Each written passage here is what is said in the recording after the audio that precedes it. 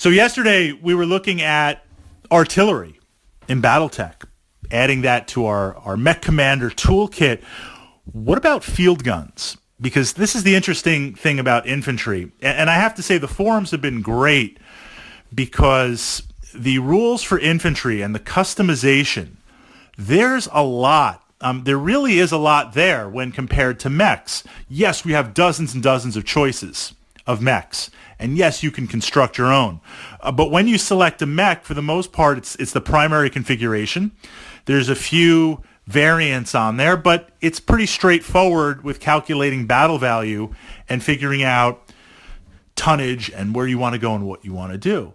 Infantry, as soon as you start kind of breaking out from the full-size platoon on there and you start getting into jump infantry or heavy infantry and other aspects, it takes a little bit of calculation on the battle value. The only thing, in my opinion, a little bit more confusing is some of the more obscure battle armor types as you move into the clans, and the clans kind of cross-pollinate with inner sphere tech. There's some amazing stuff on there, but there's some wacky battle values to come up with. Field guns. The idea that you're going to have infantry operating an autocannon 2 or an autocannon 5 on there for actually very, very minimal battle value. To get that on the table, it is a tactical advantage, and it does open up a few opportunities on there if it can be done correctly. So I find myself taking field guns only when it's very, very specific missions, and I have to know that ahead of time. Most of the time, we kind of know the mission that we're going to play, but there are times when we randomize it or just roll it off, or literally we're sitting down, we've got the mechs out, we're staring at each other, and it's like, what do you want to play? You want to just blow each other up? And I might have some field guns there because I wanted to bring them. But I find it's something that is very, very specific to a role, because the first consideration is based on the deployment zone and setup of the mission. You're setting them up, and they're pretty much static. You could have a vehicle roll up if it can hitch it, and you can move it, but often you'll find, A, that's a lot of work in terms of game terms, and B, it's better off to be in place and shooting than to spend turns and turns redeploying and moving.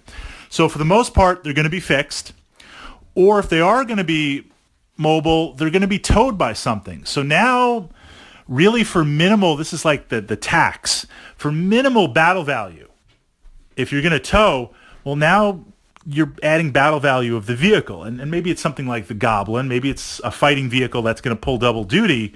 But that is kind of a tax. And now you're getting into this point where, based on what I'm paying, is it extra battle value, or am I fine just with the gun being where it is? I find, for the most part, fixed emplacement, deployed ahead of time, within reason of the deployment zone, that's the way to go on there. If we're talking city fight, that is the ideal configuration. This is where light tanks, infantry, and field guns have their effectiveness magnified tremendously. On the converse, on the extreme opposite side, open fields, grassland, hex map, really not much. I mean, you'll put it in a forest, but there's a lot of places to hide. There's a lot of places to move around, and your opponent's going to close pretty quick on that with the setup. So that's not to say you can't take them on there, but primarily fixed emplacements, defensive positions, lanes of fire, city tech where your opponent's going to more or less be forced to approach. It's free shots. So I say it's free shots because there's a lot more potent stuff on the table. Demolisher tanks moving forward. I'm pushing my Warhammer and my Marauder forward.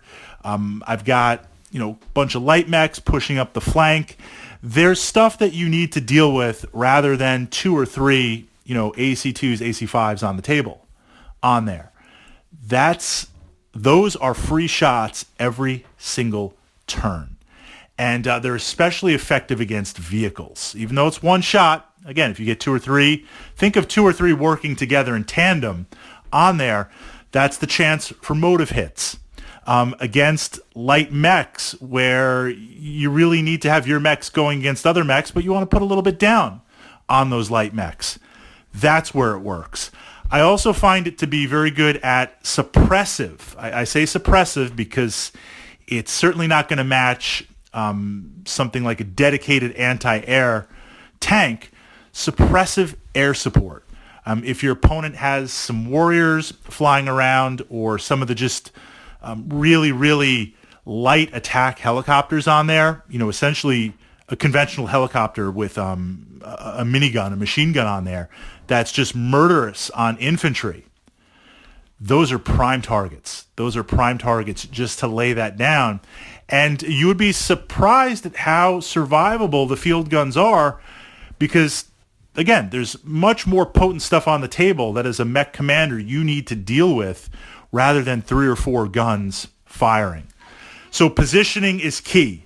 And getting into a good position and thinking to yourself, start of the game, mid-game, end game. In theory, where are we going to be? What are going to be the hot spots on the table? What are going to be the points of contact on the table?